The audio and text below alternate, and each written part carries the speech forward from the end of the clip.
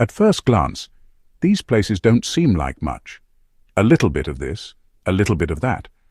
But it turns out that what doesn't kill us only makes us stronger, or at least more fertile. Because if we didn't have dormant volcanoes hiding beneath us, well, we wouldn't be here. You see, our entire planet is a big old ball of rock that's constantly changing.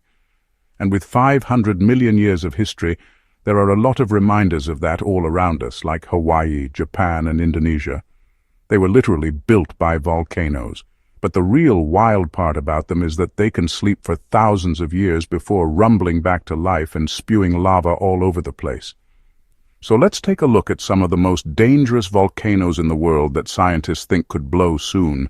Yellowstone National Park has been popular with tourists since the mid-1800s, when people decided that letting bears roam free was probably a bad idea. Today, it's best known for its geothermal features, not because they're fun to frolic in, but because they're evidence of something even bigger happening below the park.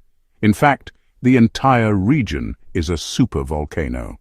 That means that if it erupted, it would cover thousands of square miles in ash. It might also blow away the entire American bison population, but that's probably for the best. The park sits on top of the Yellowstone caldera, an enormous magma chamber that formed after three major eruptions 2 million, 1.3 million, and 640,000 years ago. Then about 600 years ago, a series of earthquakes shook the area, causing steam explosions that created the valley we see today. And while experts say another big blast isn't imminent, they also say it's overdue. And the last time one went off, it changed the climate for years. Another eruption will likely cause global problems too. Mount Vesuvius in Italy is famous for being the reason we now know where Pompeii is. When it blew up in 79 AD, the whole city turned to ash, which gave us a window into Roman life from that era. Mount Vesuvius is a stratovolcano, meaning it's made from alternating layers of ash and hardened lava. Now the Italian government knows that another eruption will bury Naples, which has about 4 million people living near it. So they've spent the last 50 years planning for it. For example, everyone living on the southern slope of Vesuvius has been banned from building anything taller than a single story, so that people can get out quickly if the volcano starts rumbling. And even though there are no plans to evacuate anyone, authorities have discussed the option of blasting music really loud at the mountain to make it less likely to explode. But not everyone thinks this is a good idea, including the Director General of Italy's National Institute of Geophysics and Volcanology. After all, there's absolutely no guarantee that it would work, so scientists say the best thing to do is wait and see what happens. Now, unless you live in Iceland, in which case your best bet is to start digging a hole towards the center of the Earth. And that's what a group of engineers actually did to prevent the country's worst volcano from blowing up. Experts knew that a massive eruption at the Katla volcano was inevitable, so they got to work. First, they drilled 2 holes nearly half a mile deep to reach the magma chamber. Then they pumped water into the ground until they heard a loud rumble and saw steam shooting 65 feet into the air. Finally, they put sensors in the holes to monitor the temperature, pressure, and gases coming from the volcano. Now, drilling holes in volcanoes isn't exactly a new idea. Locals in Japan have been doing it for centuries.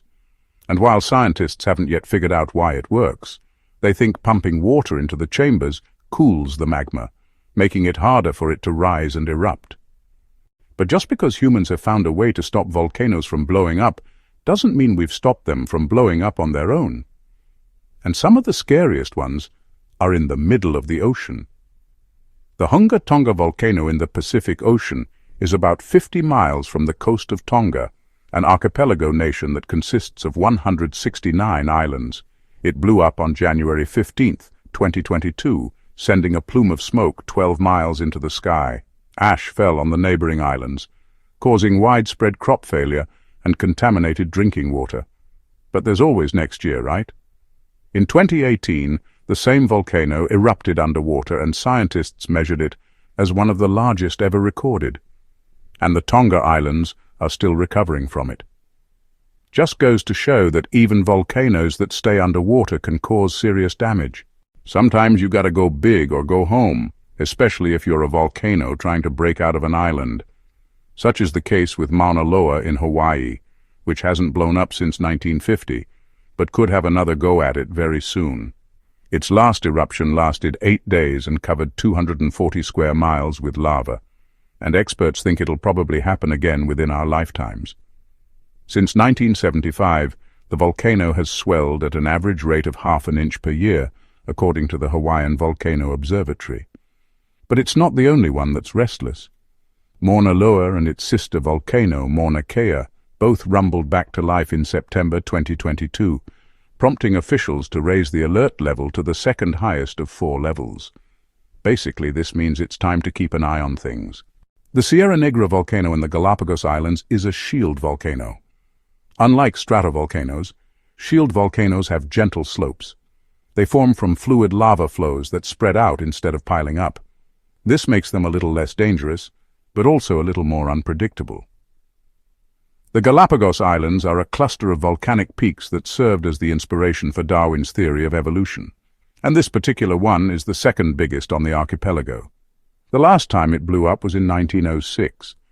It produced a lava lake that was 550 feet deep and had a diameter of 21 miles. It was also the most voluminous eruption of the 20th century, ejecting over 1.6 cubic miles of material. The Galapagos Islands are a protected UNESCO World Heritage Site, but experts think the volcano could erupt again at any time, putting local plants and animals at risk. But since there are no human settlements nearby, they aren't exactly in a rush to stop it. Mount Ibu is an active volcano located on the Indonesian island of the same name. Every few hundred years it rumbles to life, coating the surrounding areas in thick layers of ash. Local residents are used to it and they live their lives as normal. Sure, every once in a while they have to clear ash out of their rice paddies or deal with toxic gases wafting through town. But that's the price you pay for living next to an active volcano. Well, technically they aren't living next to it. They're living on it. On average, Ibu erupts once every 5 years. But scientists don't know when the next one will be, so they just watch and wait. Thankfully, they have a handy tool to help them out. Satellites equipped with infrared sensors can detect rising temperatures on the volcano. This gives scientists enough notice to tell people living nearby to head for the hills. And the most recent alert was issued in October 2022, telling everyone to stay away. It's not just volcanoes we need to worry about. Sometimes asteroids come crashing down to Earth and cause problems, like when one killed off all the dinosaurs. So maybe we should be looking up instead of down. But there is some good news on that front. Thanks to NASA's Jet Propulsion Laboratory, we have detailed maps of near-Earth asteroids, and experts have said that there is no asteroid that poses a significant threat to Earth for at least 100 years. There may be exceptions that we just don't know about yet, but there's nothing on a collision course right now. And besides, we're all going to be dead soon anyway. Thanks, Elon. We'd love to hear what you'd do if you lived next to an active volcano. Would you stay and become a local legend, or pack up and move somewhere safer? Leave your thoughts below, and then watch this video about a different kind of doomsday scenario.